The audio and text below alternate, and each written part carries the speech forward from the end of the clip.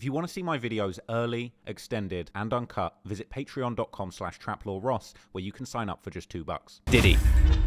In recent years, this R&B and hip-hop icon has faced a storm of allegations and controversies which culminated in a dramatic arrest in 2024. But anyone that's followed Diddy closely will know that this is nothing new. His whole career has been plagued by questionable moments since he found fame in the 90s. From being a street hustler to becoming a billionaire business mogul, Diddy has personified what it means to live the American dream. But behind his career, there's been endless allegations on the dark activities he was allegedly indulging in behind the scenes, including and racketeering, charges that would lead to a downward spiral of the once powerful industry titan. His attorney would call it an unjust prosecution, as countless lawsuits would ensue, tainting the image of the once respected and globally renowned voice of his generation. In November 2023, his ex, Cassie Ventura, filed a lawsuit claiming sexual assault and abuse, even alleging that Diddy had forced her to engage with male workers while he watched. This all-encompassing lawsuit revealed some of the sordid details about Diddy's private life to the public for the first time ever. Though he's never been convicted of crimes yet, Diddy's history is riddled with violent allegations from various victims, exes, and industry figures. Diddy's attorney vehemently denies Cassie's claims, framing her lawsuit as an attempt to blackmail over $30 million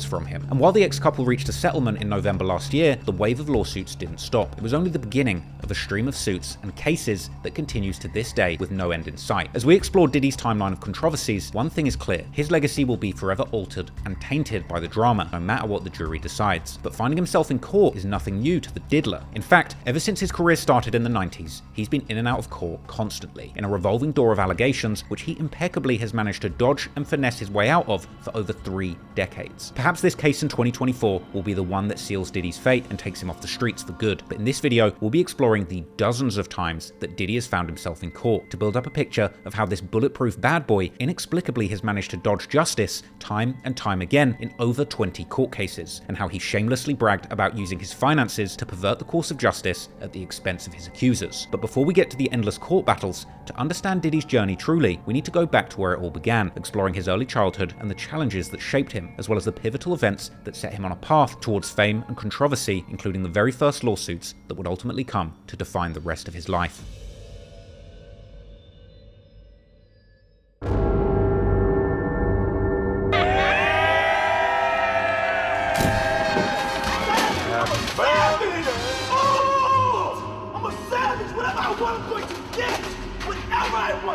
Birthday to you. Yeah. Let's take a toast to Sean Combs, Puff Daddy, King Porter. Let's go, everybody take a shot. I watch people take their last breath, regurgitate, and die. Now the Sean Diddy Combs investigation. New surveillance video shows Combs being taken into custody. What's next? I gotta get it. I'm not gonna stay down. I'm not gonna stay down. The boy, hey, yeah. You're gonna hear about my party. They're gonna be shutting them down. They're gonna probably be arresting me, doing all types of crazy things just because we want to have a good time, you know. What you gotta say now? Disturbing new video appears to support some of the accusations of abuse against music mogul Sean Diddy Combs. We want to warn you that this video you're about to see is extremely graphic. Inside of a Los Angeles hotel in 2016 allegedly shows Combs assaulting then-girlfriend Cassie Ventura in a hallway. If you don't have what they need, they're gonna leave. Right. Gotta keep them there. Right. You need locks on the doors. What's next? Give me something else. What can't you do? I can do it. I can do anything. I want to say to you all face to face, I had nothing to do with a shooting that night in a nightclub. Call me every day. I want to just thank God for just being here for me and just protecting me. My lawyers bringing me these 2 great lawyers, 3 great lawyers.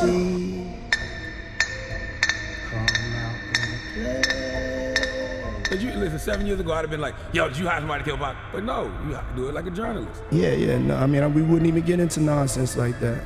You know what I'm saying? It's nonsense. Which you never believed, by the way. Yeah, thank you. The situation's in the courts now, so I'm gonna share with y'all what I can. This is all public record. The Department of Homeland Security conducting a raid at a house in Holmby Field Hills connected to Sean Combs, the rapper and music executive, perhaps being linked to a investigation. It started out as a basketball match between rap stars. The Heavy D and Puff Daddy charity basketball game benefit. What happened? We got a lot of people here dead in the gymnasium, please.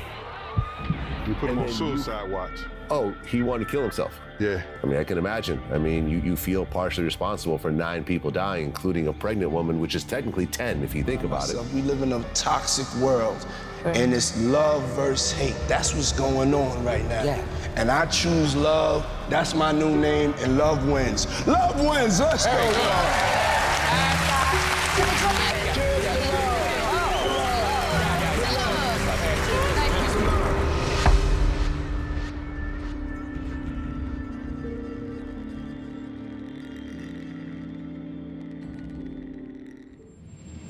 Sean John Combs was born in 1969 and spent much of his early childhood in the gritty streets of 1970s Harlem, New York, a backdrop that he described vividly in a throwback interview with Vlad TV. I'm a Harlem boy, no disrespect to anybody. That's where my mom was from, that's where my father's from, that's where my father died at, that's where I was born, that's what I represent, that's my swag. That's my tenacity. I just love being from there. That's where my soul comes from. That hustler mentality has a lot to do with why I am who I am and why I am where I'm at today. Diddy's mother, Janice Combs, juggled work as a model and a teacher to support her family, displaying a dedication and strength that Diddy would often reference as influential in his own life. His father, Melvin Earl Combs, had a dual life. While he worked for the New York City Board of Education and drove a taxi, apparently he also had ties to the New York underworld, notably working with the infamous drug dealer Frank Lucas. In an interview with Vlad TV, Lucas himself touched on his connection to Melvin, painting a complex picture of the man who would ultimately shape much of Diddy's early worldview. Me and Melvin Combs were good friends. We were good friends. We did a lot of business together. Of course, it was not a legal business, but we did a lot of business together. And I was sorry to see what happened to him. That shocked the hell out of me. Mm-hmm. And the guy who did it, I'm glad he got what he got.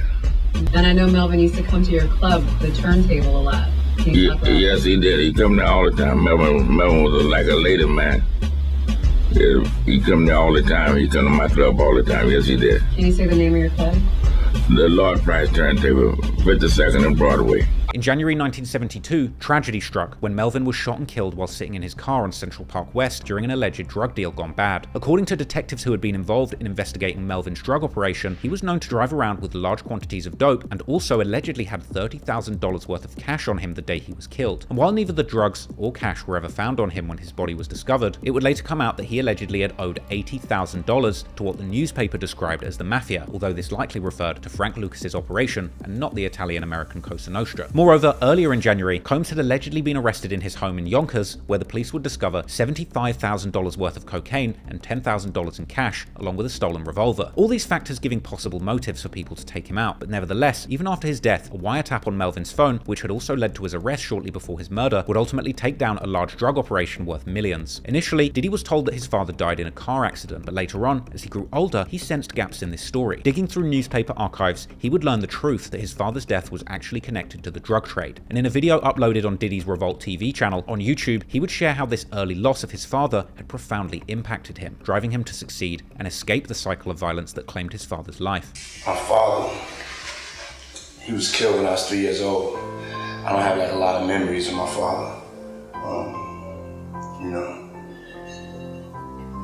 they say, you know, you can't miss something you never had. So that's only a little ways right, you know.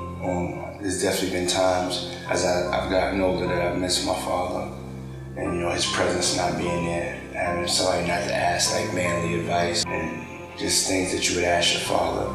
Also things that you would celebrate with him, that would make him proud, you know. And my father was a hustler, you know. He was a drug dealer, he was a hustler. And so I learned early in life that there's only 2 ways out of that, dead and in jail.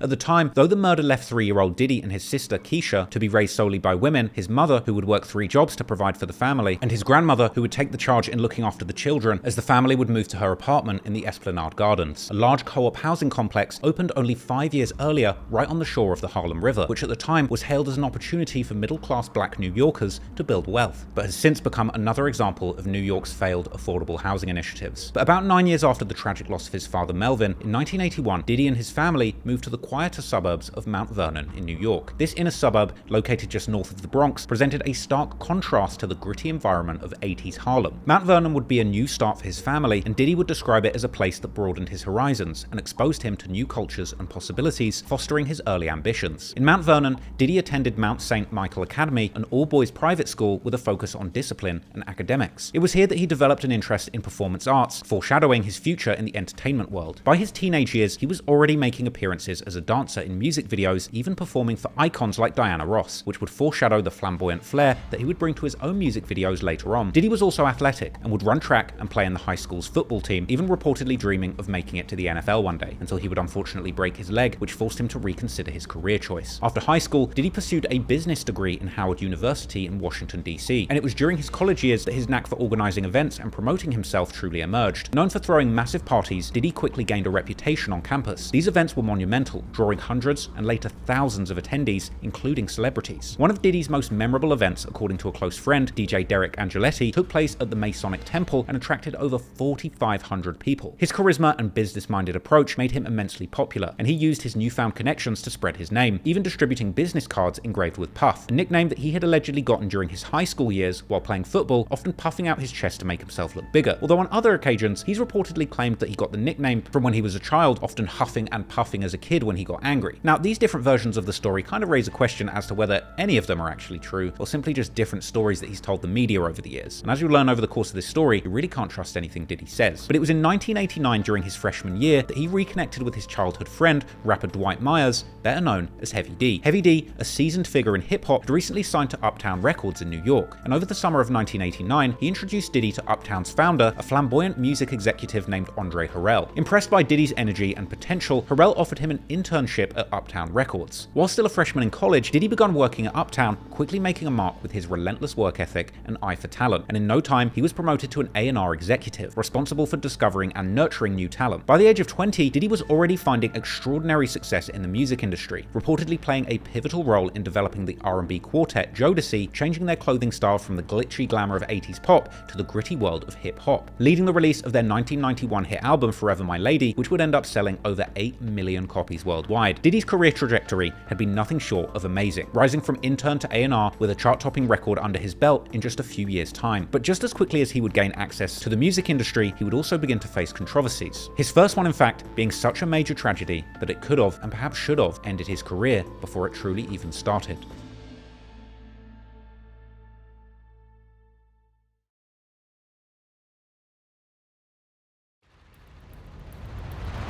In November 1991, the basketball legend Magic Johnson would shock the sporting world by announcing that he was retiring from the NBA due to having tested positive for AIDS. Following this shock announcement, Diddy would reportedly get an idea to organize a charity event to raise money for the fight against the virus, which was becoming a major epidemic in the US during the early 90s. Diddy would ask a good friend, Heavy D, real name Dwight Myers, to participate in the event, which would be a celebrity basketball game and a concert that would include names like Boyz II Men, Run DMC, and Big Daddy Kane, all major names in New York's bustling rap scene at the time. The event would be held in the gymnasium of the City College of New York, located in Harlem, which at the time had a capacity for about 2,700 people. For the event, Diddy would authorize the printing of 2,000 tickets to be sold in advance, which according to the flyer for the event could be purchased at 2 locations: a clothing store called Boss Emporium, which was owned by infamous Harlem drug kingpin Kevin Childs, and the famous Apollo Theater in the heart of Harlem. Now, the first problem would arise from the fact that Diddy had seemingly added the Apollo Theater as a purchase location without first asking the theater. They would apparently decline the offer, as it was in fact owned by a company that was a competitor of the Kiss FM radio station, whom Diddy had retained in order to advertise the event. This relatively minor plunder would become exemplary of the rather nonchalant and negligent attitude that the organizers as a whole seemingly had towards this event. Another such example being the fact that Diddy would later admit that he had not read in depth the promotion contract that he had actually signed, and wasn't seemingly aware that he was actually in charge of buying insurance for the event, or the fact that there was seemingly no organization to whom part of the proceeds would be donated to, as the organization that was mentioned on the event's flyer could not legally accept this kind of donation, nor had they even allegedly been asked if such a donation would be possible. There was also seemingly confusion amongst the different parties as to who would be in charge of the security and how many guards would be attending the event, the actual number in the end being seriously undersized in relation to the size of the crowd that would turn up. On the day of the planned celebrity game, crowds would begin forming already several hours before the start of the event, which would actually surprise the security personnel who weren't expecting so many people. The gathering crowds would be split into 2 lines, those who had already bought tickets in advance and those who were looking to buy buy tickets from the gate. And at first, things appear to be going smoothly despite the number of people looking to gain entrance to the gym being much larger than what the organizers expected, and in fact, much larger than what the gym's maximum capacity even was. However, things would begin to unravel fast when the celebrities began arriving to the event, with the arrival of Mike Tyson and LL Cool J bringing the crowd to a frenzy, as Gene Deal, Diddy's former bodyguard, would later describe to DJ Vlad during an interview.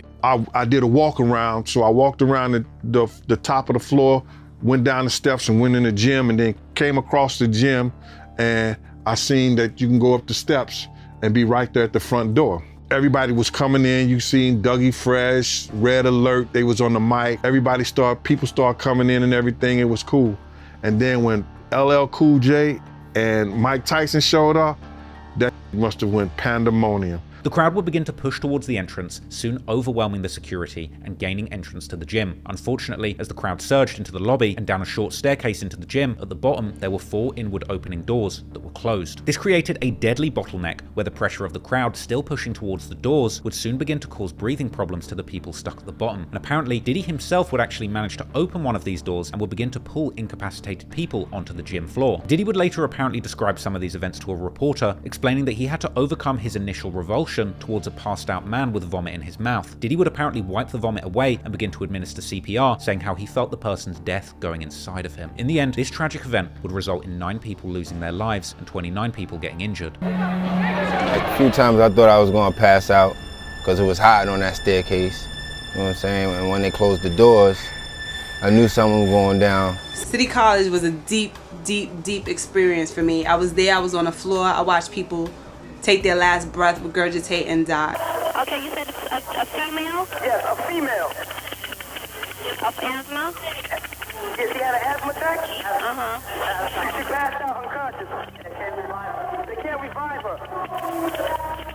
We were there at the doorway pulling people in, trying to get them. It was bananas. I pulled friends through the door. You know, first time in my life, I gave mouth-to-mouth resuscitation to people. That was just bananas to me. When we got down to the bottom, we just pulled them out. And that's when I think Tuffy came around. But I just walked off for a minute and then I came back. It was just all them people, you know what I'm saying?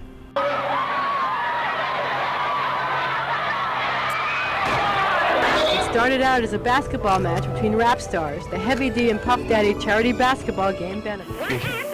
We got a lot of people here dead in the gymnasium, please. See, the problem is that there's people inside the gymnasium that does not have no pulse and is not breathing.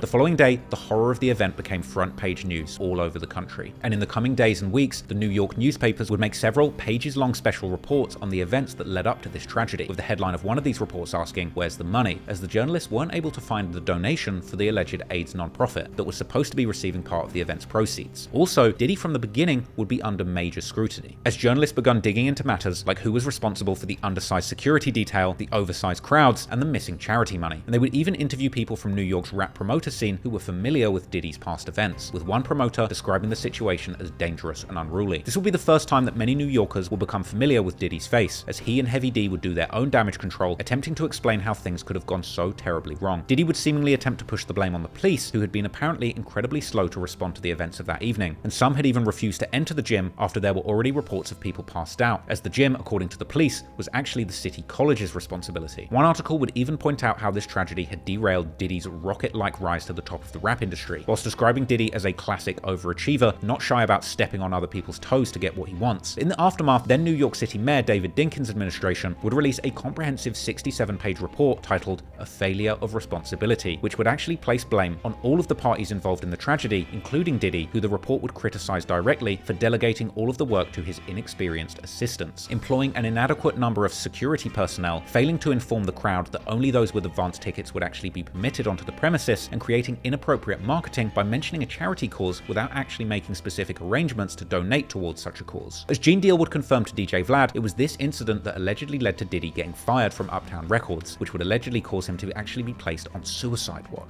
And because of that incident, Puffy got fired from Uptown. Yes, he did. We put him on suicide watch. Oh, he wanted to kill himself. Yeah. I mean, I can imagine. I mean, you feel partially responsible for 9 people dying, including a pregnant woman, which is technically 10 if you think about it. Yeah. I think that he was on suicide watch because he thought he lost everything. However, as soon as Diddy had been placed under the scrutiny for what happened, he would also seemingly be let off the hook. And already, just a few years later, the media would begin putting out what seemed like puff pieces, where Diddy was presented as somebody who had vindicated himself of all wrongdoing, and his career behind the scenes of the rap industry would actually continue to prosper. A year has passed since the CCNY tragedy, but people have not forgotten what happened, including the event's promoter, 22-year-old Sean Puffy Combs. He was cited in the New York City Deputy Mayor's report for failing to adequately alert student organizers to the need for strong security and crowd control. Since then, Combs has maintained a low profile in the press, which he feels has wrongly portrayed him. I'm famous for like the kid in their minds who threw the tragic City College, man, and that's kind of hard for me sometimes to live with. In the first couple of days when it happened, there was nobody to really answer for what was going on, you know what I'm saying? So I think the media and everybody was trying to figure out why this happened. Like, people are tired, especially amongst black people.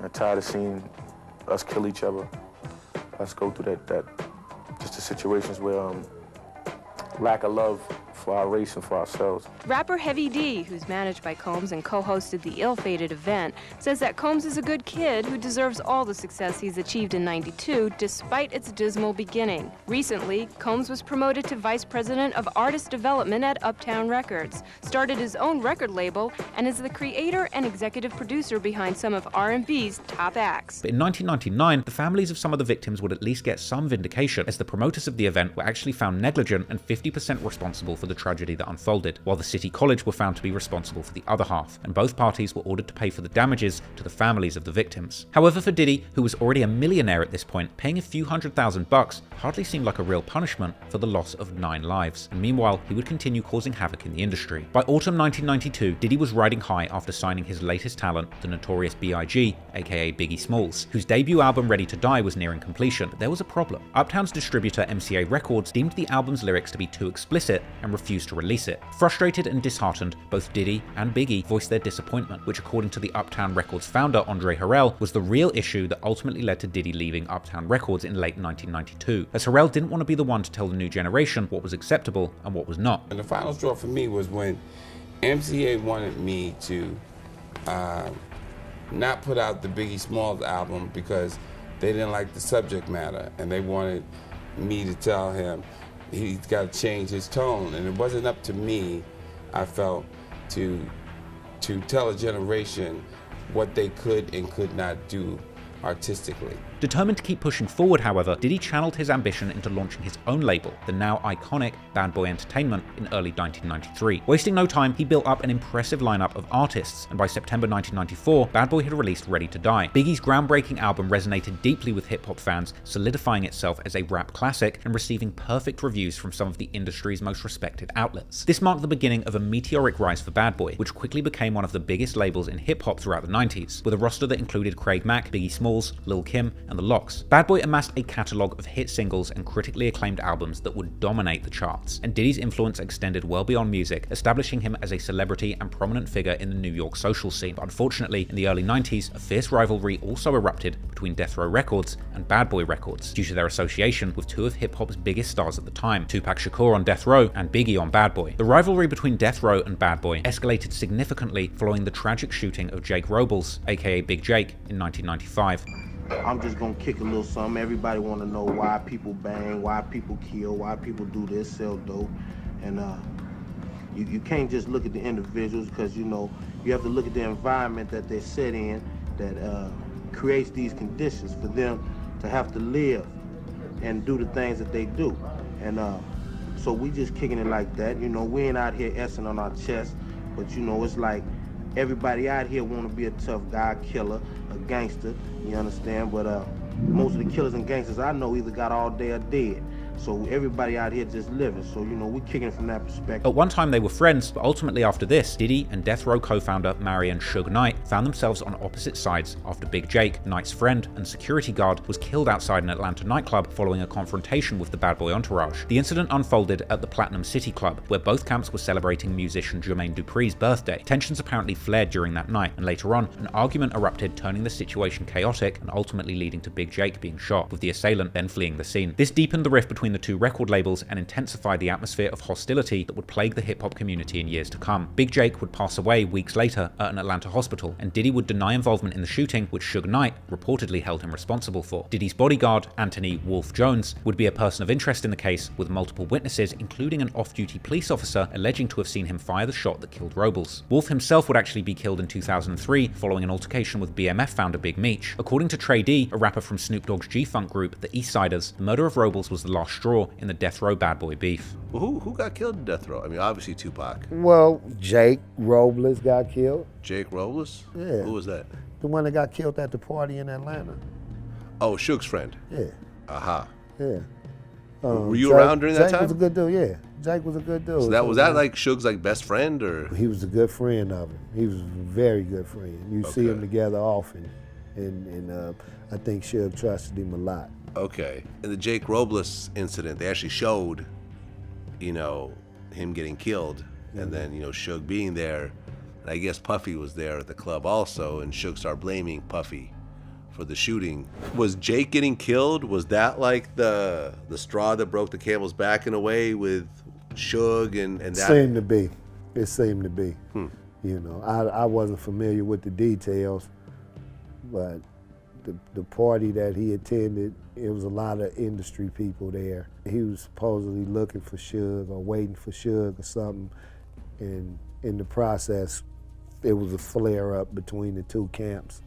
And he wound up dead. But as the 90s went on, Diddy would continue raising hell in the recording industry, and it would seem that no executives were off limits. 3 years later, on April 16th, 1998, Diddy attacked music executive Steve Stout after Stout mistakenly sent MTV a controversial version of legendary New York rapper and Queens native Nas's Hate Me Now music video, which featured Diddy and depicted him as Jesus Christ being crucified. According to former Compton police officer who later became Death Row Records head of security, Reggie Wright Jr., Diddy consulted with his preacher that if he put out a video of him on the cross, the video would be his downfall. But the main thing that y'all know Steve Stout's for is he's the gentleman that Puffy got mad about the video when he was put on the cross, and how, you go and film something, then I think he said he wanted to talk to his reverend or his preacher or his pastor or something like that, and he told him that won't be a good look for him, and he kind of predicted that you're gonna have a downfall because of that, being on that cross. Maybe it's coming true in 2024. Furious that this part of the video had not been edited out, Diddy confronted Stout in his New York office, where he and two associates assaulted him with a phone. Diddy would state that he handled the situation poorly and later publicly apologized, with Stout dropping the charges. But it was rumored that Diddy actually paid $500,000 to Stout and was ordered to attend a one-day anger management class. The cycle of Diddy being associated with chaos in the streets and in the boardroom was just beginning, however, as lives had already been lost in connection with Diddy's activities. From here, more innocent people would continue to be harmed as a result of Diddy's behavior, and the next incident would become one of the most high-profile incidents of Diddy's career so far, leaving numerous lives ruined, both strangers and the people that were supposedly closest to him. On the 27th of December 1999, Diddy and his girlfriend at the time, global pop star Jennifer Lopez, and his bad boy artist Jamal Shine Barrow were at a club in New York when a confrontation escalated after Diddy apparently knocked a drink out of the hands of a local gangster named Matthew Scar Allen. This sparked an argument during which Allen actually threatened Shine, and somebody apparently threw money in Diddy's face. Chaos would ensue, and all three men reportedly drew guns, and someone would allegedly fire 3 shots in the packed club, injuring 3 people. Diddy was arrested with 2 9mm guns in his car and ended up facing 4 weapons charges, along with accusations of bribing his driver to take the blame for the guns. Although a witness claimed to have seen both men firing their weapons, Diddy himself was actually acquitted of all the charges in 2001. This was because differing stories emerged on his role in the shooting, with him stating that he did not own nor possess a gun on the said night. His girlfriend Jennifer Lopez would make headlines for her supposed night in hell, while Shine was the one who truly suffered, being convicted on 5 out of 8 counts and sentenced to a brutal 10 years in prison. Now, before we dive into what happened to Shine after his conviction, let's take a step back and get to know this man. Shine, a name that used to echo through the halls of hip-hop, once stood alongside Diddy as the next big thing on Bad Boy Records. But his story took a turn that very few could have predicted. His gritty style and undeniable talent, along with comparisons to the legendary Biggie Smalls, all pointed to a bright future. And yet, Yet one night at a club in New York would change everything, ultimately landing him in prison for 10 years, followed by a swift deportation. Now, if you want a much deeper refresher on the events that brought Shine to that moment, you can go and check out my full video that I did on this a few years back. But the short of it is that Shine ultimately ended up taking the fall for the shooting, Diddy got off scot-free, and Shine served 10 years in prison, being released in 2009, with his life taking a dramatic turn. Due to his criminal conviction, he would be deported to Belize, where he had spent his early childhood. This forced relocation meant that Shine was distanced from the career and community that he had fought to build in the US. Not being in the United States of America has crippled my career. Crippled my career. You thought you could work around it? I thought I could work around it, Jules, but it crippled my career. And not being able to go to Britain as an alternative or to Canada as alternative, just, you know, my foot was crippled and they crippled my hand. So they've totally, you know, destabilized me and just put me out of the game. But fortunately, Shine would adapt, shifting his focus away from music to a path of self-discovery and spiritual growth. He would soon convert to Orthodox Judaism, adopting the Hebrew name Moses Levi. In multiple interviews, he shared that his time in prison had led him to reevaluate his choices and lifestyle, ultimately pushing him to embrace religion and a more disciplined life. Upon returning to Belize, Shine quickly became involved in local politics and community service. He initially worked under his father, Dean Barrow, the Prime Minister of Belize at the time, and later, Shine decided to step into the political arena himself, a move that would eventually see him elected to the Belize House of Representatives in 2020. Shine expressed his desire to uplift the youth in Belize, sharing that he wanted to use his story as a cautionary tale to steer others away from violence and incarceration. Following his release, Shine would publicly address the events that led to his imprisonment and the role that Diddy played in the aftermath, stating that he'd reconciled with Diddy, even surprising fans in London with a reunion, stating this is real love. He would initially admit to there being tension between himself and Diddy. I mean, he doesn't really matter to me, you know, what happened, and for what this was, you know, I felt, you know, it captured everything that I wanted to capture at the time. You know, from the media standpoint, your trial was the Puffy trial. Do you feel that worked against you, all the fact that 99% of the focus was on him? Obviously, he was the uber star, and I was just up and coming, so, you know, yeah, it's gonna be a show. But he used that to just, you know, just threw me off, you know, it was terrible, man. You're just consumed with the idea that, you know, justice wasn't served here and that somebody turned his back on you. It's not a matter of, you know, turning your back on me. Like, how do you call a witness to testify against your comrade? If I'm telling you that she's lying and you saying, hey, you know, well, she helping me, but I'm facing 25 years, and you looking at probation. Yeah, those are the things that, you understand, are unacceptable. You don't have to hold my hand. You don't have to do nothing, but don't try to hurt me. Most damaging witness of any witness. She was worse than the prosecution's witness, which destroyed me because the prosecution is saying I'm this belligerent, reckless, you know, okay, corralled fella. And then my co-defendant is saying the same thing? That was it. That was it. With Diddy later denying claims that his witness was detrimental to Shine's defense. Anybody to say anything that would damage or hurt Shine's case, I just wouldn't do that. That would not be my intent whatsoever. And you know, that's all I'm really gonna say about the matter, not to get into any negative back and forth. Cause y'all know me over the years on MTV News being involved in certain things. Right now my life is positive and I'm gonna keep it like that. Not forgetting about Shine. My prayers go out to him, any support that is needed. You know, we here at Bad Boy, we still here for him. And you know, we know he's on Def Jam and we wish him the best of luck. It was an unfortunate incident. Nothing that the man meant to do.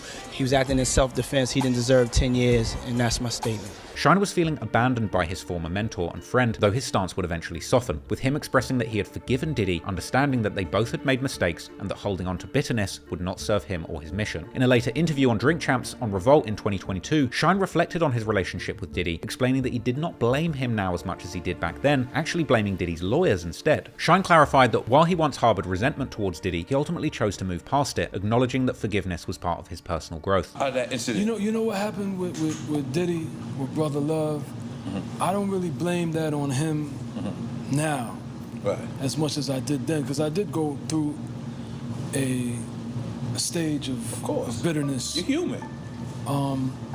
But in retrospect, I blame it more on the lawyers that were advising him. To separate the case. Than him. Because his lawyers were there, to secure a not guilty verdict by any means. Right. He's a corporation, $100 million corporation. And, they look at me as the enemy. Now, this is... But you didn't feel like this is how many years ago? This is 20-something years ago. 20-something years So Puff is still young, relatively. What is it, 1999? 1999, Okay. 2000. Damn. So he's much younger then. And, it's a lot of pressure. He's about to lose everything. I'm about to lose everything. Right. I'm from that, though. Right? Diddy is a musician. He's a great musician, great executive, great entertainer.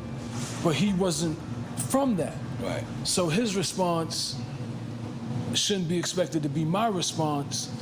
And then when your lawyers and maybe other people are misleading you and misguiding you, I think that's how everything, fell apart. And he said that to me. Shine's life post-release has been marked by an active pursuit of change, not just for himself, but for his community. Through his involvement in Belizean politics, he aims to combat issues like poverty and lack of educational resources, believing that empowering the youth will prevent others from going down the same path that he did. I want you to be a messenger. I want you to lift these kids up. I want you to save these kids' lives. I don't want anybody else in Brooklyn or anywhere else in New York or Los Angeles or anywhere around the world or United States to go through what we went through. Right. We got to stop this cycle. So black love is important. We got to stop killing each other. Absolutely. It can't just be when, they're kneeling on George Floyd's neck. Right. We get up in arms, but then when we blowing each other's brains out, nobody says anything. So black love is important. Right. His story has resonated with fans and followers, many of whom see him as a symbol of redemption and resilience. In a 2022 interview with Rolling Stone, Shine summed up his journey, saying, "I've been training for this my entire life because I grew up with one of the greatest CEOs ever in Diddy." However, in a recent statement in September 2024, after the barrage of Diddy's sexual misconduct allegations, Shine would voice that his former mentor actually destroyed his life, particularly regarding that 1999 New York nightclub shooting incident. Let us not lose sight of what the cold hard facts are. This was not someone who I vacationed with and who he and I enjoyed this great intimate relationship of brotherhood. This is someone who destroyed my life. Shine would recall that despite not having a close relationship with Diddy, he was swept up in a night that ultimately led to his conviction and nearly a decade in prison while Diddy was acquitted. He alleged that Diddy called witnesses in against him, contributing to his imprisonment. And despite these feelings, Shine, now a leader in Belizean politics, stated that he had indeed forgiven Diddy because he recognized Diddy's potential to contribute to Belize through educational and developmental investments. I mean, maybe he could start a free-off fund. In November the 5th, 2024, in an interview with Channel 5 Belize, Shine's true feelings would once again come out about his disappointment, stating that he was the fall guy in the 1999 nightclub shooting in New York, and in a statement, he would maintain his innocence in that shooting all these decades later, actually thanking Diddy for all he'd done for the people of Belize and saying that he hoped justice would be served for both Diddy and the alleged victims. Shine's story says a lot about the misguided loyalty that those close to Diddy gave to him, but if you read between the lines of Shine's graceful statements, you begin to see that duplicitous side of Diddy shining through. This is a man who throws stones and hides his hand, and will happily let those closest and most loyal to him have their lives destroyed to preserve Diddy's image and freedom. And with Diddy getting off scot-free in this case, zero lessons were learned. And as we get into the 2000s, we'll see Diddy in and out of court more than ever, as this untouchable Teflon Titan only got more bold and belligerent in his selfish and destructive behavior.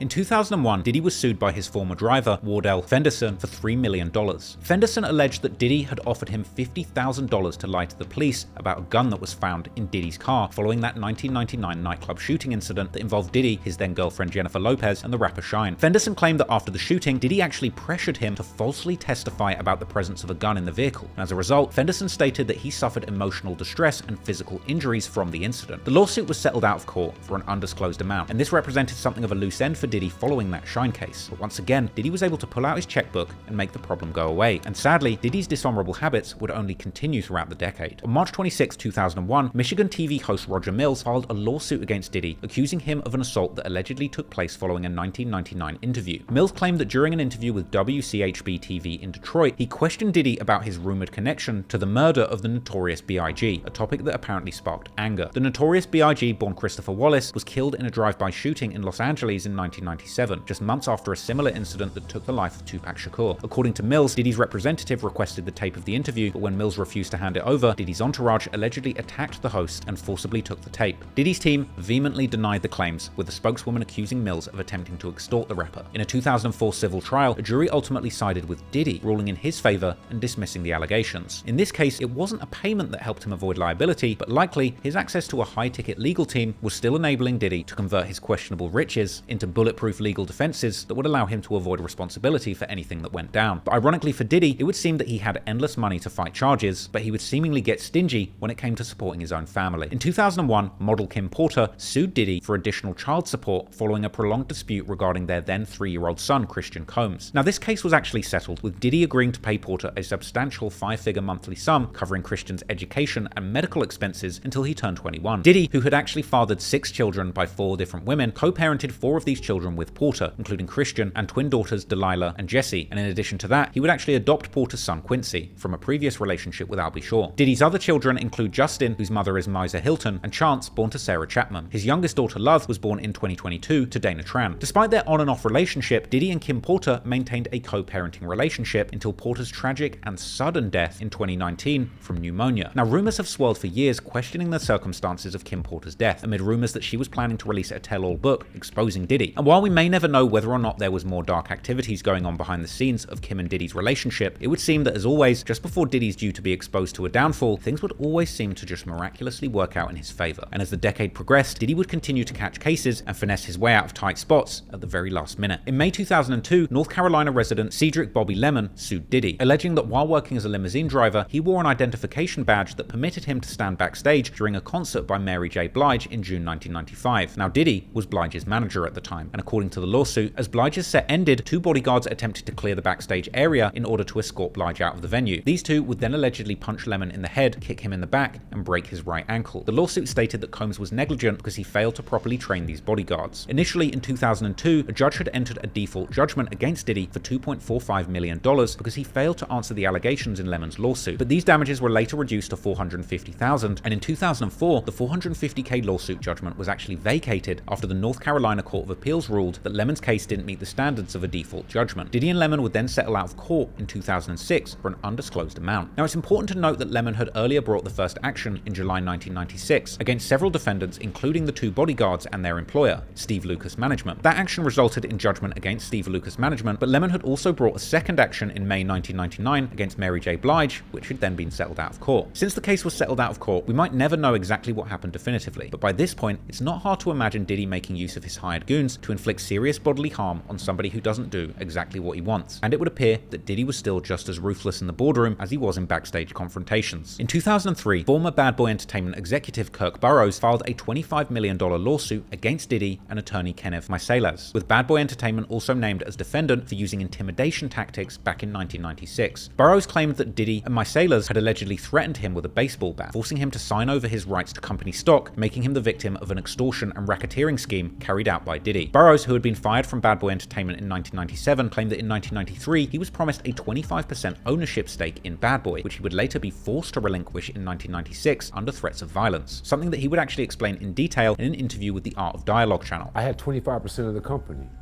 I didn't know why he needed to get that back from me and then give it back to me again. I didn't understand that. That's like a trick, like, okay, here, I gave it to you, now give it back, and don't worry, I'm gonna give it right back to you. I didn't want to give it up. So he came into my office one day unexpected, him and Kenny Meiselas, they had it planned out. Kenny had the briefcase with all the stock certificates in it, and Diddy had the bat, not like, I'm gonna beat out of you with the bat, but he had the bat like, man, we got to do this. This has to happen.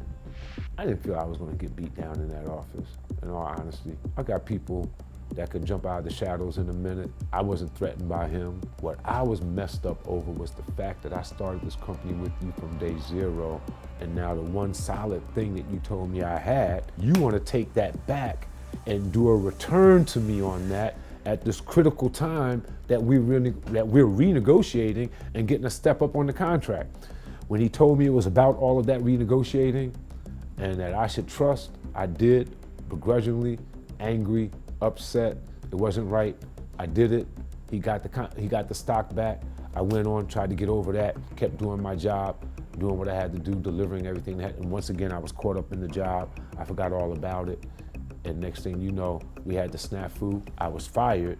And he just said, oh, okay, bye. And since he had never given me the stock back, he never said that he would pay me anything or give me anything. He just avoided me all these years. He would also assert that Combs periodically promised to restore his interest in Bad Boy, but in 2001 made it clear that this promise would not be fulfilled. Additionally, Burroughs would claim that Diddy and Mysalis interfered with his management contracts and blackballed him from the music industry. Burroughs would bring 4 claims under the Federal Racketeer Influenced and Corrupt Organizations Act, or RICO charges, as well as state law claims. However, the court would find that the RICO claims were barred by the statute of limitations and that his allegations failed to meet the legal standards for a RICO violation. After years of litigation, the court would dismiss all of Burroughs' federal claims with prejudice, while his state law claims would be dismissed without prejudice on March 12, 2004. And at this point, things were getting strange, and it seemed that no matter how violent or ruthless Diddy was being perceived as in the public eye, he simply couldn't stop and wouldn't stop. In the next lawsuit, Damian Vasquez alleged that in February 2002, after being told that he could no longer work in the Bad Boy Entertainment main offices, he was given an envelope containing music industry contact sheets by a Bad Boy HR employee where he was advised to send his resume. A month later, following a car accident he was involved in, the envelope was stored in his parents' garage, which he rediscovered in late 2003. Upon reviewing the contents, he realized that the contact sheets included personal information about Diddy. Recognizing this, he reached out to Diddy to arrange their return, but shortly afterward, Vasquez was summoned to meet with Bad Boy HR, where he was questioned about the contact sheets, but not accused of any wrongdoing. Despite working for Bad Boy, he had not been paid his wages and ultimately decided not to return to work after the 2003 holidays. According to the lawsuit, in early 2004, Vasquez learned that Diddy was missing a Grammy Award that he had won the same year, and he would email Diddy with apparent information that he believed might help him find it, but instead, he was allegedly called to a police precinct under the pretense of a job interview. Once there, he was interrogated by NYPD detective Gloria Frazier, who was also mentioned as a defendant in the suit, among others, regarding this missing Grammy. He would apparently be coerced to confess after being threatened with incarceration, and despite being a diabetic, Vasquez's health needs were neglected, leading him to collapse and be hospitalized. After his release from hospital, Vasquez was brought back to the precinct and repeatedly questioned about the Grammy by Frazier and 3 more officers. But after this interrogation failed, he would then be charged with minor crimes that had no connection to the missing award, and he would allege that he was held without being properly informed of his rights and later arraigned on charges of aggravated harassment, petty larceny, and possession of stolen property in concert with Diddy and Bad Boy employees. But all charges were dropped on April 7th, 2005. But this situation was particularly disturbing, as it seemingly hinted towards some kind of collusion between Diddy and New York City law enforcement. With the possibility of the authorities being in Diddy's pocket, this would make him an incredibly dangerous enemy. But that didn't stop people continuing to take him to task and putting him in the courtroom to try and make him right his wrongs. In 2005, Bridgeport Music Incorporated and Westbound Records Incorporated would file a lawsuit against the estate of Christopher Wallace, or the Notorious B.I.G., as well as Diddy and Bad Boy Records, claiming that the title track of the album Ready to Die contained an unlicensed sample from the Ohio Players song Singing in the Morning. The lawsuit alleged that Bad Boy Records and its affiliates released Ready to Die without securing proper clearance for the Ohio Players track, leading to copyright infringement. The case centered around claims that Ready to Die contained the unauthorized sample, which was substituted into the track after a denied request to sample Jimi Hendrix's Power to Love. Despite knowing that this sample hadn't been cleared, Bad Boy proceeded with the album's release anyway. Bridgeport Music, a Michigan music publishing company which held the copyright to the composition, and Westbound Records, which held the rights to the sound recording, pursued damages for this infringement. And in this case, the jury would actually find Diddy and Bad Boy Records, as well as the other defendants, liable for copyright infringement. And they awarded $733,878 in compensatory damages, which was split between Bridgeport Music and Westbound Records. Bridgeport Music opted for statutory damages and received the maximum award of $150,000 under the Copyright Act. Additionally, Westbound Records was awarded $3.5 million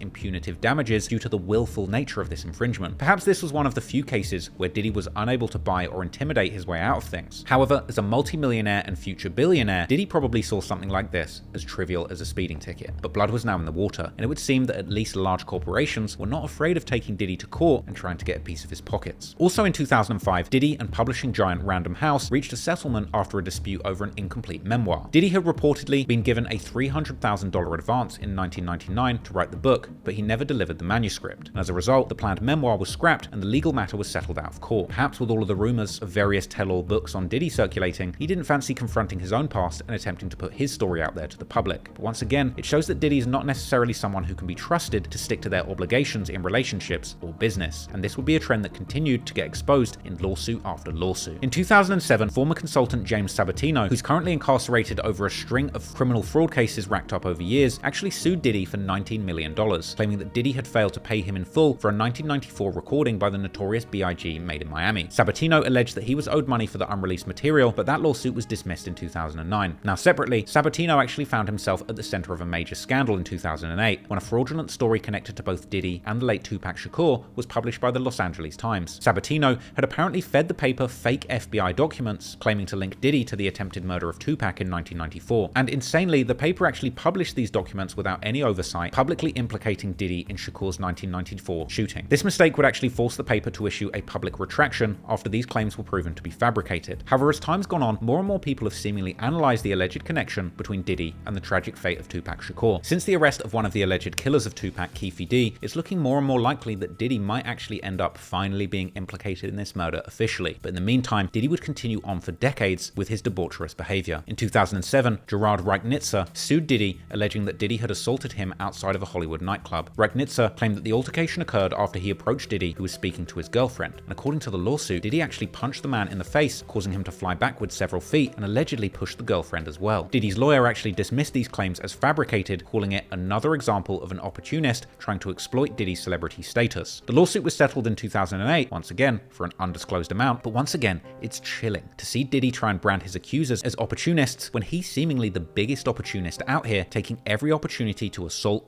rob, and steal from anyone who enters his orbit. And with the tape of him brutally assaulting his ex-girlfriend Cassie that circulated decades later, it's certainly not a stretch for me to imagine Diddy being the ultimate opportunist assaulting a man and his girlfriend, and of course, paying his way out of any consequences. But from here, the disgusting behavior of Diddy would only continue. On October the 22nd, 2007, Jonathan Lee Riches, an American renowned for his unorthodox pursuit of wealth and legal antics, famous for filing suits against prominent figures like Bill Gates and Pope Benedict, and a man who even went on to sue Guinness itself after discovering that they listed him as holding the record for the most lawsuits filed, would file bizarre allegations targeted at Diddy and Bad Boy Records. Riches would claim that Diddy engaged in various acts including racketeering and conspiring with various public figures and companies in highly unlikely scenarios. The claims also involved an alleged conspiracy that included creating subliminal messages in music and using various tactics to control the entertainment industry. He was apparently seeking $25 million along with a temporary restraining order from Diddy because, as he stated in the suit, his life was in danger. The lawsuit, however, was filled with improbable and sensational statements rather than verifiable facts, resembling more of an elaborate, exaggerated narrative rather than a substantial and official legal claim. Now, this is probably the most unbelievable lawsuit in Diddy's entire career of being sued, and arguably, this genuine opportunist actually gave Diddy the perfect smokescreen to dismiss many possibly genuine allegations as being the result of the same sort of embellishments. But as we get into the 2010s, we would see Diddy continue to be sued, admittedly with less frequency, as the diddler seemingly made an effort to try and control his public image and avoid controversy with limited results.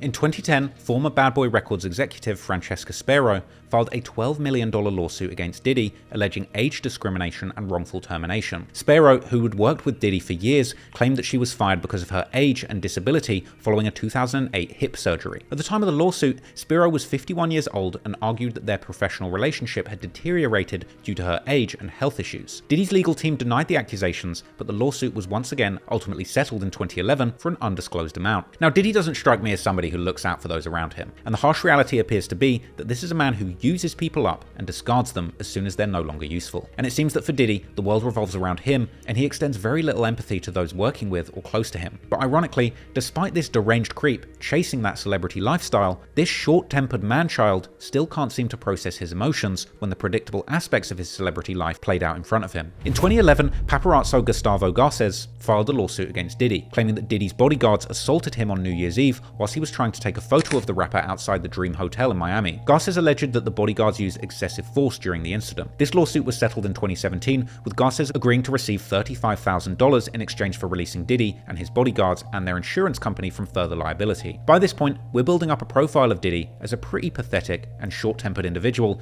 who can't even bear his photo being taken without ordering an assault. The fact that this man was still able to function and navigate society unchecked at this point and for so long is truly baffling. And it really makes you wonder, like, really, are the people around Diddy as bad as him? Because there's clearly a vacuum of morals in his inner circle. And I think it's important to point out that these goons assaulting people on Diddy's behalf are just as bad as him and should be held equally responsible. For every assault that Diddy committed, there's an army of goons, bodyguards, handlers, and employees just as willing to help him commit crimes and cover it up. Now, it's my hope that eventually these people around him will also be held to account for their heinous crimes too. However, the likelihood of that happening is still pretty in question. In 2017, Diddy was sued by his former personal chef, Cindy Rueda, for $15 million. Rueda accused Diddy of sexual harassment, claiming that she had walked in on him having sex while serving him breakfast, and that he, along with another boss, made inappropriate sexual comments about her. She also alleged that Diddy exposed himself to her and forced her to work long hours without proper breaks or compensation for overtime and travel. Rueda further claimed that she was fired after raising these concerns, and the lawsuit was once again settled in 2019 for an undisclosed amount. Now, I personally find these sorts of accusations to be incredibly chilling. And it's clear at this point that Diddy had no respect for women or people's personal boundaries. But at this point, with multiple decades of success under his belt, over a dozen lawsuits or legal cases, there's very few examples of him actually facing reasonable consequences for things that he's allegedly done. I would say that Diddy likely saw himself as like a god, someone that couldn't be touched. Anything he said goes. And if you're unlucky enough to be in front of him and not willing to do exactly what he wants, you better prepare to be violated with no chance of justice, and maybe a little out-of-court settlement. But thankfully, as we get into the 2020s, we begin to see the downfall of this disgusting excuse of a man, as eventually the house of cards would begin to topple, as a series of extremely brave women and men would stand up and say that it's time to stop this repulsive monster.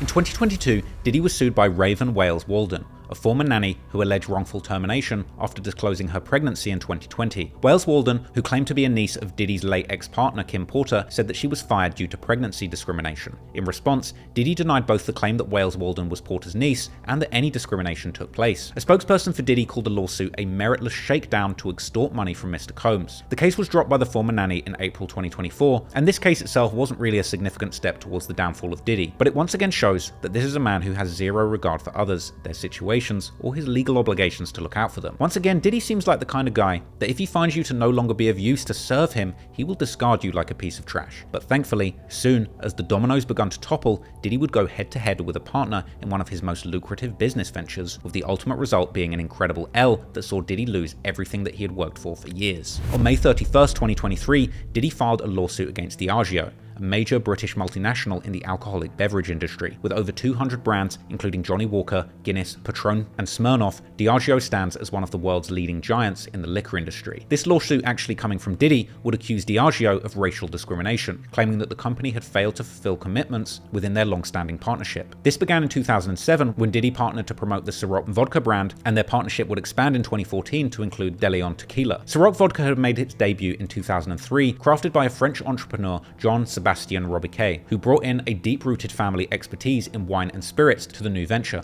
Now, unlike most vodkas made from grains or potatoes, Ciroc is actually distilled from fine French grapes, a unique approach inspired by winemaking. The name Ciroc combines the French word chim and roche, cime meaning peak and roche meaning rock, a tribute to the high-altitude vineyards in France's Gaillac region where the grapes are sourced. Launched by Diageo, Ciroc was positioned as a premium alternative in the vodka market, offering a fresh take on traditional vodka production. Diddy's relationship with Diageo began as a groundbreaking business move, when in 2007, Diddy entered into a strategic partnership with the company to promote Ciroc vodka, a brand that was struggling to gain traction at the time. And through his influence and brand power, Diddy would transform Ciroc into one of the top-selling vodkas in the US, selling more than 2 million cases a year. By 2014, Diddy and Diageo would expand their partnership to include De Leon tequila, which they jointly owned and promoted. Diddy's influence was pivotal to Ciroc's success, with aggressive marketing strategies and frequent integration of the brand into his music, nightlife, and social media presence. presence. An exclusive event happening at the Combs estate tonight, sponsored by Voila, the smoothest, the greatest, the best. If you're gonna do it right. You see the palm trees, you see how we out here doing it, and we wanted y'all to all be invited. Countdown has begun. It'll be 2012 in like 6 hours. You know, you're ready, the countdown has begun. But I'm gonna be coming to y'all live, so you know, when you view it, retweet it, let's get it viral, because we're going to rock the new year, baby. Initially, the partnership was valued at $100 million and structured in a way that allowed Diddy to take a share in the brand's profits. But by the time the lawsuit surfaced, the partnership had been ongoing for nearly 16 years, highlighting the significant role that Diddy had played in Diageo's spirits portfolio. In the lawsuit, Diddy alleged that Diageo systemically treated his brands as urban products, a label that restricted Ciroc and DeLeon's distribution and marketing opportunities. He claimed that Diageo typecasted his brands and limited them to certain geographic areas and demographics, which prevented them from reaching the same level of exposure as Diageo's other celebrity-backed products, such as George Clooney's Casamigos tequila. Clooney's brand was actually purchased by Diageo for $1 billion in 2017 and was allegedly prioritized and widely promoted without the same limitations placed on Diddy's brand. Diddy argued that Diageo's failure to invest in Ciroc and DeLeon on the same scale as other brands was a clear indication of racial bias. According to the lawsuit, Diageo representatives had used racially discriminatory terms to describe the brands, implying that they were only relevant to specific urban or black consumer markets. Diddy argued that this not only limited their market potential, but also tarnished the brand reputation that he had worked hard to cultivate. Diageo would quickly respond to the lawsuit, categorically denying the accusations of racism, and the company would claim that any disputes in the partnership stemmed purely from business disagreements, and argued that the lack of investment in DeLeon was due to Diddy's own reluctance to make necessary contributions himself, apparently not consistently funding DeLeon in line with the brand's growth needs, investing only $1,000 while Diageo had invested over $100 million to grow DeLeon tequila. Furthermore, Diageo accused Diddy of demanding large payouts whilst threatening to publicly accuse the company of racism. For instance, in May 2021, after Diageo publicly committed $100 million for COVID recovery programs to help pubs and bars resume post-lockdown trade, Diddy allegedly demanded $100 million for himself, warning that he would reach out to every news outlet and burn the house down by accusing Diageo of racial discrimination if they didn't comply. Diddy's attorney John C. Houston would respond by saying Diageo dismissed Diddy's genuine concerns as threats. Had they honored their agreements, Houston argued, we wouldn't be in court today. Diageo denied Diddy's accusations about watermelon tequila and racial stereotyping, asserting that the flavor was actually suggested due to Ciroc Summer Watermelon's big success. They also refuted claims of targeting Ciroc and DeLeon as ethnic brands, explaining the urban African-American brand was just a misperception that had been noted by an external consultant. The legal dispute would escalate when in July 2023, a New York Supreme Court judge ordered the unsealing of redacted details from Diddy's lawsuit. These documents revealed a 2021 agreement between Combs and Diageo in which the company reportedly agreed to treat DeLeon at least as favorably as their other brands. This agreement, according to Diddy, was evidence that Diageo had acknowledged past failures in not supporting DeLeon, but had not made good on their promises. The unsealed documents also included internal communications that Diddy claimed were indicative of racial bias, though the specific language used in these communications was not publicly released. The documents intensified the media's focus on the case and added a layer of scrutiny regarding Diageo's handling of celebrity partnerships, especially those with minority figures. After months of legal back and forths, Diddy and Diageo would reach a settlement in January 2024, and as part of the agreement, Diddy basically withdrew his lawsuit and severed ties with Diageo, ending a 16-year partnership that had transformed both Ciroc and DeLeon into major names in the spirit industry. But according to the settlement terms, Diageo had acquired full ownership of both Ciroc vodka and DeLeon tequila, with no further public comments from either party on the financial details or specific conditions of the agreement. The lawsuit and subsequent settlement would spark a broader conversation about race and representation in the spirits industry. Diageo shares actually dropped 20% over the year, and the company hoped that announcing its settlement with Diddy would clear the cloud of uncertainty affecting its stock. While we might never know the actual details of this potential payout, in reality, it's possible that this result was actually a monumental loss for Diddy, who despite years of promoting black ownership and his business acumen, ultimately wound out with no ownership in these brands, no stake in Ciroc, and nothing to do with these huge brands that he had spent over a decade building up. And it's highly possible that round about this time, Diddy ended up in a very weak negotiating position as a result of the brewing storm in his personal life, making any brand association with him completely terminal and toxic. And with their separation finalized, things seemed to finally settle for Diddy, but it was only the calm before the storm, because just as the dust from from the Diageo lawsuit would settle, Diddy's reputation would face a critical hit when in November, a new lawsuit emerged that would turn his whole world upside down. The public fallout from the Diageo lawsuit was barely settling when on November the 16th, 2023, Diddy faced another explosive scandal, this time from his former girlfriend, singer Cassie Ventura. Cassie filed a federal lawsuit in New York alleging years of severe abuse throughout their on and off relationship, which began in 2006 when she was just 19 and when Diddy was 37. Cassie's lawsuit, filed under New York's Adult Survivors Act, brought forth shocking accusations that shook the music and entertainment industries. Cassie alleged that shortly after signing with Bad Boy Records, Diddy exerted complete control over her life, creating an environment where she felt trapped and isolated. Everybody to meet Cassie. We can get down to some business about just so we can be on the same page of what the plan is, as far as from Tommy's concerned and from we're concerned as also a label and Warner Atlantic. So everybody's on the same page. So when he was doing that, I heard he also had a young lady that was with him named Cassie that had a record out. And I started hearing this record that was haunting me in the clubs, and it was, you know, it was Cassie's record, and it was I would hear it everywhere I was at. When I saw her and I met her and I saw this DVD on her, hopefully we can play that. That's what kind of made me like really fall in love with the project, because I saw something more than just records.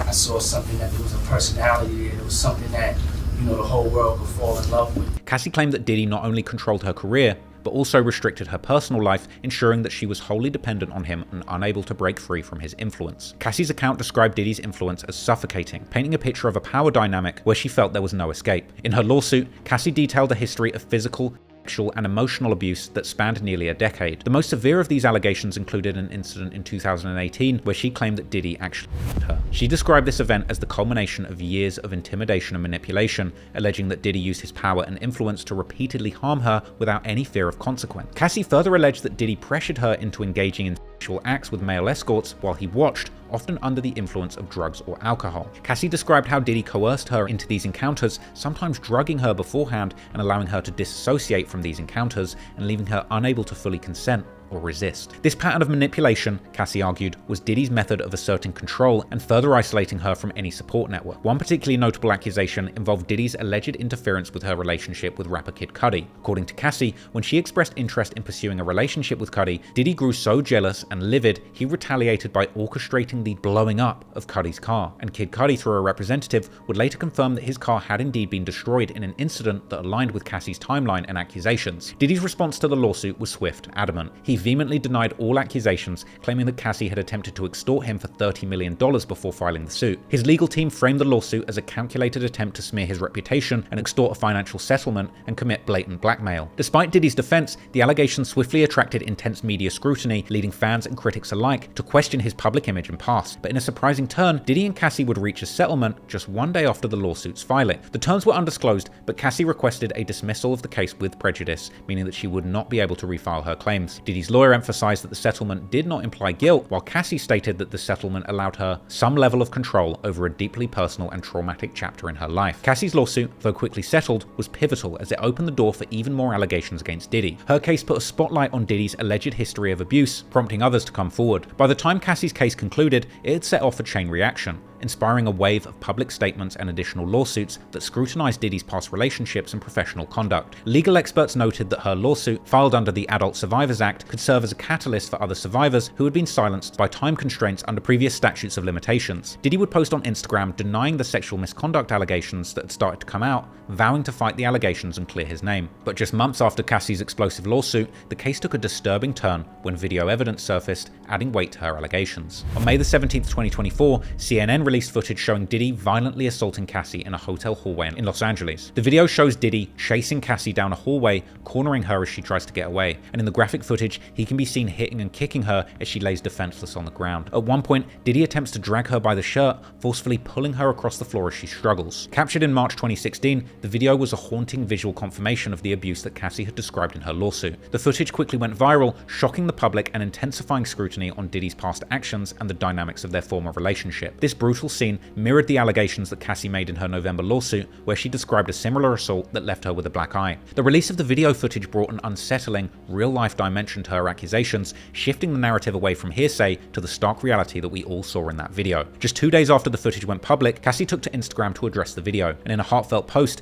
she described the enduring impact of domestic violence on her life, stating that the abuse had broken her and left her in a permanent state of recovery. She expressed gratitude for the support that she had received, but emphasized that healing from such trauma was an ongoing battle for her. Her post underscored the emotional scars left by years of alleged abuse, giving voice to the pain that she had endured in silence. Celebrities took to Twitter in shock after viewing the graphic footage, with many expressing outrage and calling out Diddy for the brutality that he displayed in this assault on Cassie. And I'd personally like to express my own feelings about seeing this. Domestic violence is unacceptable in any context, whether against a man or a woman. But what we saw in that video was disgusting on another level. That was more than just domestic violence. The way that he beat her, kicked her defenseless body on the floor, and tried to drag her back to the room, it was like something out of a horror film, and really drove home just how depraved and disgusting Diddy is as a man. And to do this to a defenseless woman is unforgivable. And furthermore, Diddy's initial denial of these accusations against him, contrasted with the stark reality of his character as we saw him behaving in the video, is sickening. This was the final nail in the coffin for Diddy's reputation, and there's no way that anybody could ever believe a word that comes out of his mouth after this. Just think of the contrast between his lie of a life, the manufactured and projected image that he puts out, compared to how he was truly behaving, just says it all. When I saw that video, it made me believe nearly every accusation against him for the last 33 years. Not only that, but it made me wonder just how much worse could he have behaved behind closed doors when the cameras were off. This is no way for a man to behave, and this is not somebody who should ever be on the streets again. Not just because of that, but because of what it says about him, in combination with all of the stories that we've heard about him over the years. He's no good. Diddy would issue a statement actually addressing this incident. In a video he posted to Instagram, he expressed regret over his actions, acknowledging that his behavior had been unacceptable. My behavior on that video is inexcusable. I take full responsibility for my actions in that video. I'm disgusted, but I'm committed to be a better man each and every day. I'm not asking for forgiveness. I'm truly sorry. However, his apology received a mixed reaction. While some saw it as an attempt to take accountability, most criticized the timing, arguing that his apology only came after undeniable evidence had been released. Critics, including Cassie's lawyers, questioned whether the apology was sincere or merely damage control in response to the backlash that he had faced. Well, Cassie Ventura's team, they put out a statement. They do not buy this video. They say in part, Combs' most recent statement is more about himself than the many people he has hurt. When Cassie and multiple other women came forward, he denied everything and suggested that his victims were looking for a payday. They go on to say that he was only compelled to apologize once his repeated denials were proven false. The apology video, while brief, was widely circulated and added further fuel to the controversy surrounding Diddy's legacy and behavior. The release of this footage marked a significant moment in Cassie's case, shifting public perception in a way that very few allegations alone could have achieved. The video evidence served as a powerful testament to the abuse that Cassie had described, bringing her words to life, reinforcing the severity and accuracy of her claims. It reignited discussions on domestic violence, particularly within high-profile relationships, and emphasized the challenges that victims face when seeking justice against influential figures. For Diddy, the footage was a critical blow to his reputation. Once known as a titan in the music industry, his image was now marred by the undeniable evidence of physical abuse, and the video added another layer of credibility to Cassie's allegations, making it much harder for Diddy to simply dismiss her claims as part of a smear campaign or extortion attempt, as he had previously suggested. Diddy did it. He said he didn't do it, we saw him do it. The footage continued to circulate on social media and news outlets, leaving an indelible impact on public opinion and intensifying calls for accountability. As the legal proceedings moved forward, the footage would stand as one of the most damning pieces of evidence against Diddy in his career, complicating any efforts that he might try to rebuild his public image. But for Cassie, this exposure represented a vindication of her claims and a step towards reclaiming her narrative, empowering her and other survivors who face similar struggles. And soon, more explosive accusations would land on Diddy, further tearing down this facade that he had projected to the public for decades. In a shocking development that emerged just months after Cassie Ventura's explosive lawsuit, Rodney Lil Rod Jones Jr., a Chicago-based music producer, would file a federal lawsuit against Diddy. This lawsuit would accuse Diddy of running a criminal enterprise involving drugs, guns, sexual exploitation of minors, escalating the scrutiny on Diddy's lifestyle and alleged misconduct to scary new heights. According to USA Today, Lil Rod claimed that his professional relationship with Diddy quickly spiraled into a disturbing environment of coercion, manipulation, and abuse. Lil Rod's lawsuit paints a harrowing picture of his time working with Diddy on the Love album Off the Grid in 2022. What apparently begun as a standard music production gig allegedly devolved into a nightmare as Lil Rod accused Diddy of forcibly touching him, attempting and/or threatening to make further sexual advances and using his power to coerce Lil Rod into acts that he did not consent to. Diddy allegedly exploited his control over Lil Rod by not only forcing him to procure drugs and arrange encounters workers, including minors, also recording these encounters. The lawsuit claims that Diddy's threats of violence kept Lil Rod in constant fear, forcing him into compliance despite his discomfort. The lawsuit also extended accusations to Diddy's close associates, including his son Justin Dior Combs and Christina Karam,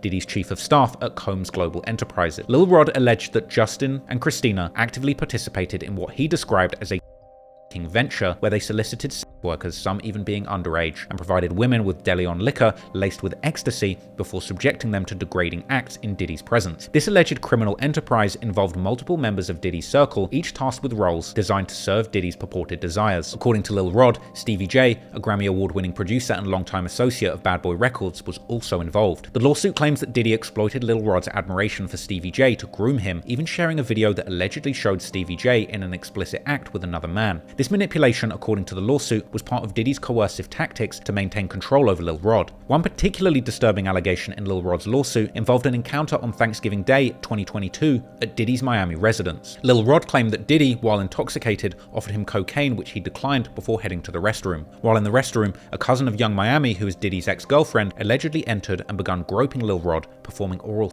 on him without consent. Lil Rod reportedly pushed her away and left the restroom, but she pursued him into the open space, attempting to straddle him in front of Diddy and his staff. This incident caught on video underscored the atmosphere of forced encounters and coercion that Lil Rod described as pervasive throughout his time working with Diddy. Lil Rod's lawsuit also implicated other public figures, including actor Cuba Gooding Jr., who allegedly groped him during a yacht party hosted by Diddy. Photos surfaced showing Diddy and Gooding together shortly before the alleged assault, further fueling speculation about the conduct at these high-profile gatherings, with another picture being presented in the lawsuit purporting to have been taken during the alleged assault. Beyond the assault allegations, Lil Rod also named industry executives as defendants in the lawsuit, such as Universal Music Group CEO Lucian Grange and Ethiopia Haptemariam, the former CEO of Motown Records, which is the parent company of Diddy's Love Records. These accusations would suggest a broader network of complicity within the entertainment industry, bringing into question the accountability of executives who were indirectly connected with the alleged action. Lil Rod would claim that he lived at Diddy's home for nearly a year while working on the Love album, a period marked by continuous intimidation and manipulation. He would allege that he's often subjected to threats of violence if he refused to comply with Diddy's demands. In the lawsuit, Lil Rod states that he feared for his life after a violent altercation at the studio involving Diddy, his son Justin Combs, and an unidentified African-American male referred to as only G. This altercation would ultimately lead to G being shot. The lawsuit claims that Diddy then gave explicit instructions to tell the police that he had no involvement in the shooting, and pressured Lil Rod to lie to the authorities by stating that G had been shot in a drive-by while standing outside the studio. Afterwards, Lil Rod would reportedly become a target of both Stevie J and Love Records A&R DeForest Taylor, who according to the lawsuit sent him threatening messages after Lil Rod publicly requested that Diddy compensate him fairly for his work. This intimidation came in response to Lil Rod's decision to go public with his grievances,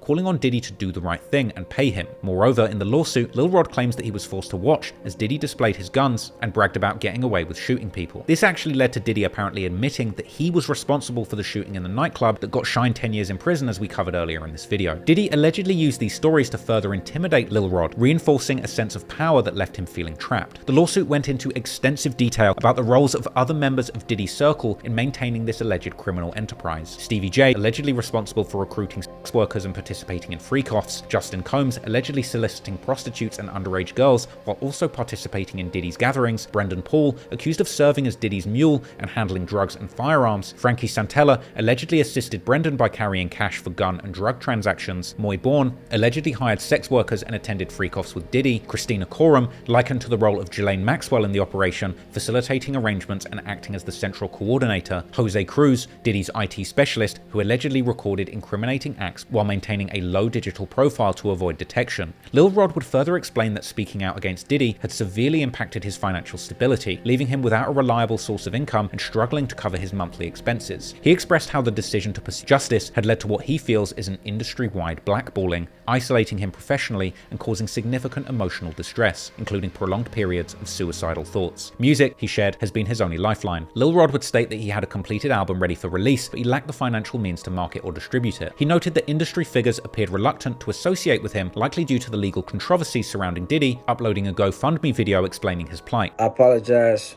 to anyone this video may be embarrassing to. Let's just jump right into it. Some of you may know me or may not. I'm a music producer who's a writer and musician, different genres. I started in the gospel and jazz and R&B and worked my way over to the hip hop side. I've been working on an album.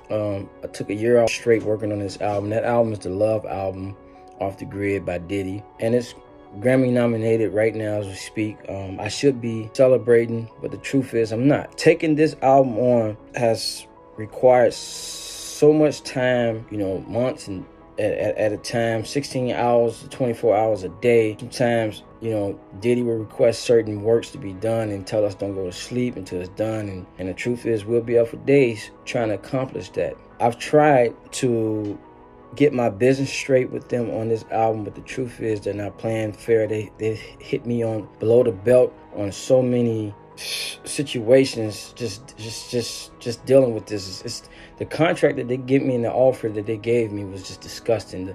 The producer fee, pennies, and on top of that, these guys are trying to steal my publishing. I can't go for that, so I'm fighting back. He's a fighter, but I'm going to put in this fight. I got to do it for myself, my rights, and most importantly, my kids. Taking my publishing or stealing it I'm not going to let that happen. From me, I've missed holidays with my family, just out working on this album. At what point I was running around with the hard drives, the computer, just to run the ball on this album, to finish the production on it, make sure that this album came to, a good project with good vibes, just where it is right now. And just to be offered little to no participation in this is highly disrespectful.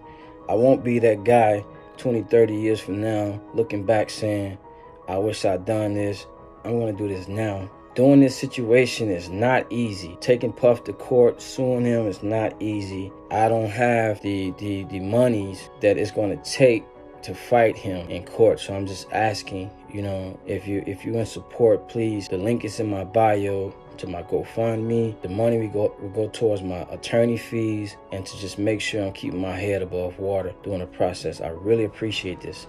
Thank you so much. In response to the lawsuit, Diddy's attorney dismissed Lil Rod's claims as pure fiction, accusing him of seeking media attention and a quick settlement. I guess like a couple of other dozen lawsuits where Diddy said the same thing. According to the attorney, Lil Rod failed to plead to the most basic facts, such as where and when any purported instance of assault occurred or what allegedly transpired. I mean, the paperwork looked pretty clear to me, maybe you can't read. Should the case proceed to trial, it could reveal further details about Diddy's private life and the internal dynamics of his business ventures. This new wave of accusations underscores a recurring theme in recent cases against powerful figures in entertainment, with a growing focus on exposing abuse of power and the hidden layers of celebrity influence. Following Lil Rod's accusations, on October the 16th, 2024, two major record labels, Universal Music Group and Motown Records, would fight back against claims that they were complicit in funding Diddy's alleged drug-fueled sex trafficking operations. They would demand sanctions against New York attorney Tyrone T.A. Blackburn and his client Rodney Lil Rod Jones, who had sued Diddy earlier in February. In the suit filed, Lil Rod had alleged that he was by Diddy and forced to engage in sexual acts with prostitutes. Blackburn's lawsuit had also implicated UMG and Motown, accusing them of knowingly financing Diddy's illicit activities. According to Blackburn, the labels were aware that Diddy's lifestyle involved heavy drug use, misconduct, and illegal activities, and yet still supported him financially through a business partnership with his Love Records label in 2022. But the labels would fire back, calling the allegations meritless and saying that Blackburn was litigating the case in bad faith. They would argue that their connection to Diddy was purely contractual, with no involvement in his personal dealings, and would request sanctions to deter similar cases. Diddy's attorney, Erica Wolf, would also back the labels, accusing Blackburn of unprofessional conduct and exploiting the legal system to promote himself. In response, Blackburn would reveal that he had met with federal prosecutors 9 times regarding Diddy's criminal case, hinting that a superseding indictment could soon implicate more individuals tied to Diddy's alleged. But because the legal battle is still ongoing, US District Judge J. Paul Oaken would refrain from ruling on the motion for sanctions, while Diddy's defense team would seek to dismiss Lil Rod's complaint, labeling it an exaggerated attempt to turn a business dispute into a criminal conspiracy. Ultimately, on September the 17th, 2024, the music would stop, as Diddy was charged with and other offences a little while after a dramatic raid on his properties. After 34 years of pain inflicted on countless people, it seems that it's finally time for Diddy to face justice. While the accusations in this indictment are seemingly just the tip of the iceberg when it comes to the alleged criminal activities of Diddy, it's good to see that this man, who believed that he was above the law for so long, finally getting his comeuppance. In the course of making this video, it only strengthened my beliefs that Diddy is one of, if not the most dangerous man to ever come from the hip-hop culture. There's been killers, gangsters, and abusers in hip-hop plenty of times, but for this man to build an empire of criminality, abusing the court system, and using his vast wealth to silence good people just doesn't sit right with me. I'm somebody with a strong sense of morals and an understanding of what's truly right and wrong. And from everything that I've learned about Diddy, it's my belief that this man is a genuine psychopath who, from decades of never being told no, always getting what he wants and avoiding responsibility every time, thinks he can do whatever he wants. Diddy doesn't believe in consent. He thinks that he's a god and that you should be lucky to even be in his presence. He's somebody who thinks he can do anything to you and you should just sit there and take it because he's the almighty Diddy. I personally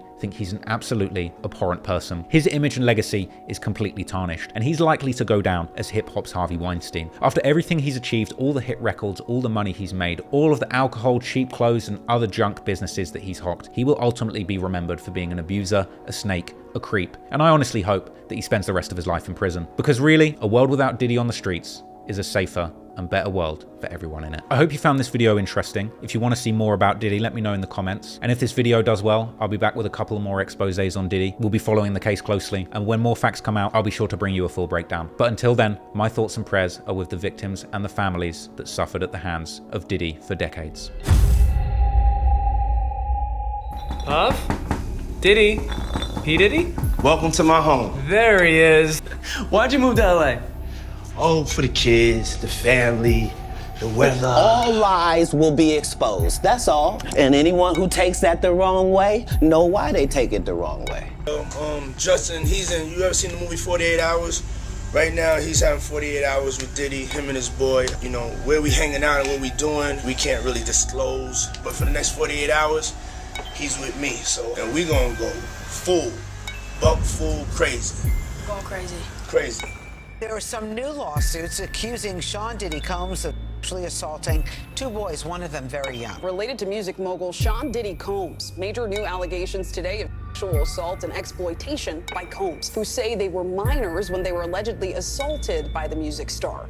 The youngest allegedly just 9 years old. That's a different type of party, though. Uh-huh. We need alcohols. Right. Alcohols. Right. Some water. A lot of heat. You don't have no air conditioning. Good music, and you need me, of course. Yes, you spice up the party. Diddy told her that he wanted to engage in a fantasy of his called voyeurism. He said it would turn him on if he saw Cassie with another.